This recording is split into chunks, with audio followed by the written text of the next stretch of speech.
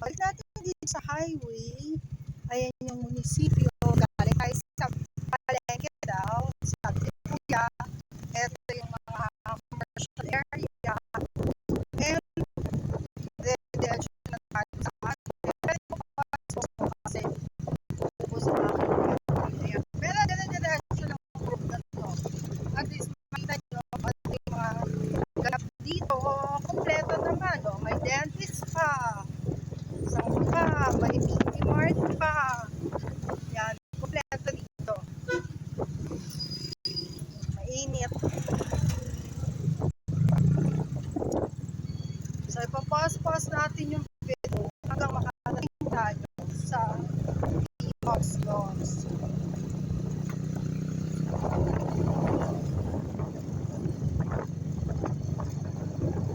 Oh, mayroon pang mga warehouse.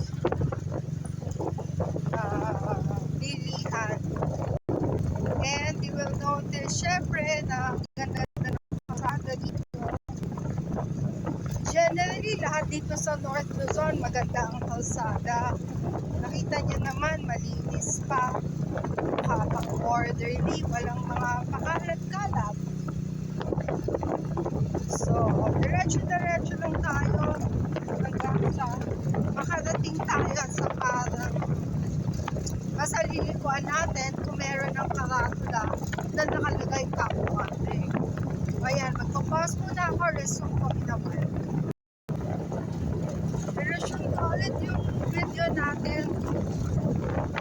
At dito tayo sa road papunta sa atin from Bangar Church to Rivas Dos.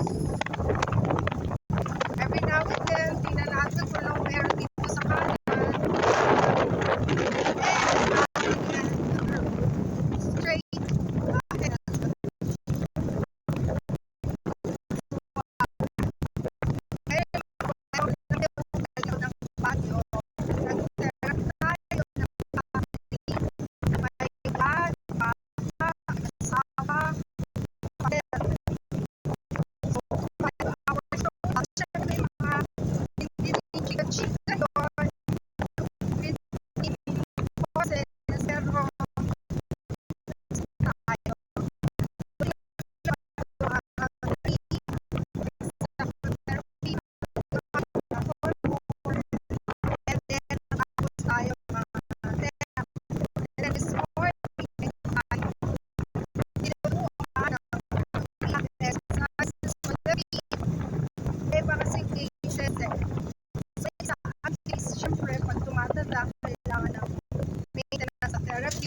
Then, yung isa naman na sa couple is balikat, tuhod. Yung isa naman overall. Then, yung kapatid, tinuruan ko ng rehab for the whole body and the feet. And yung bata naman is inaayos natin yung posture kasi magandang ayusin habang bata pa. At the same time, yung bata may pagka-athletic. So, prepare na rin natin siya sa athleticism. Kung ano man yung mga gusto niyang i-engage na activities din. Okay, Pasko yan. Okay, resuming again. We're back. Same route, same road, just straight ahead. Bangar Church, we turn left from Bangar. Yung main road sa gilid ng munisipyo, lapit sa palengke. Diretso lang from the main highway, turn left lang. So, pag nag-bus, pabago ng Bangar, sakay ng tricycle,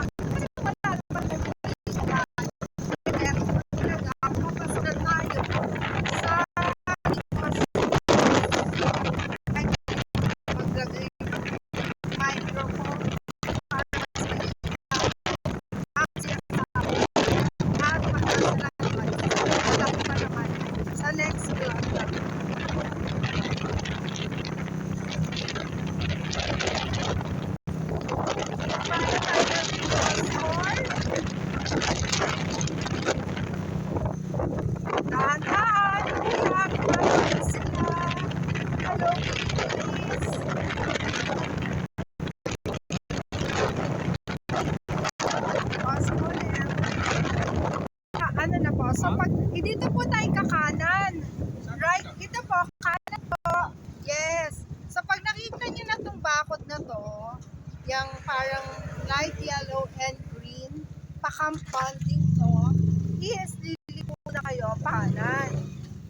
Yan. So ito, hindi ko na muna, siguro pa-pause ko lang yung video, pero wala rin itong likuan. Dire-diretso lang. Pause ko konti. So, dito na tayo sa Rimos Los. Narinig muna tayo. Bumili ako ng hopya at ng cinnamon. Ito, hopya, 45 pesos. Diretso lang. Tapos kakala sa dulo. Dagat na yung diretso. Ay, daan sa pusa. Ito ay bumili ako ng cinnamon roll for 50 pesos.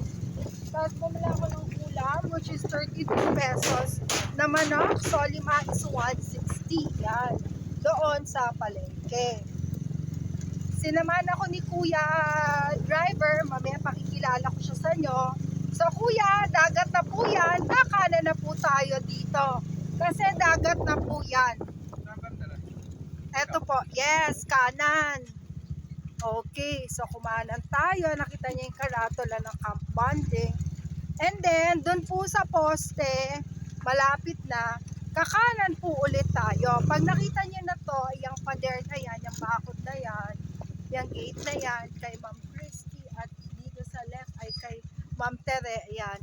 Pag nakita niyo na tong Christy's Place na napakaganda, ay kanan na tayo dito. So dito na Kuya, kakanan tayo dito. Yan. Papasok na tayo, marapit na tayo. Doon po tayo sa merong bobong na yellow and red. Yan. So we are here, bababa na tayo. Tao po, Kuya.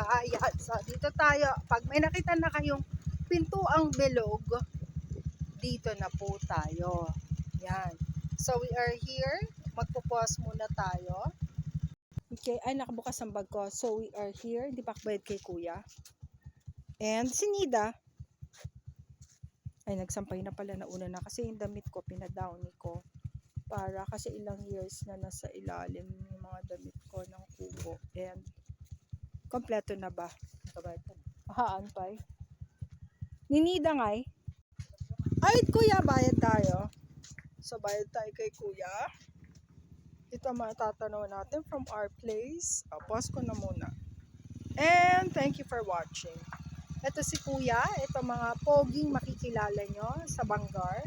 Na ang number ng kanyang tricycle ay 689. So pag matsyempohan nyo siya, maturo kayo kung saan bibili ng manok at ng hopya at ng cinnamon roll.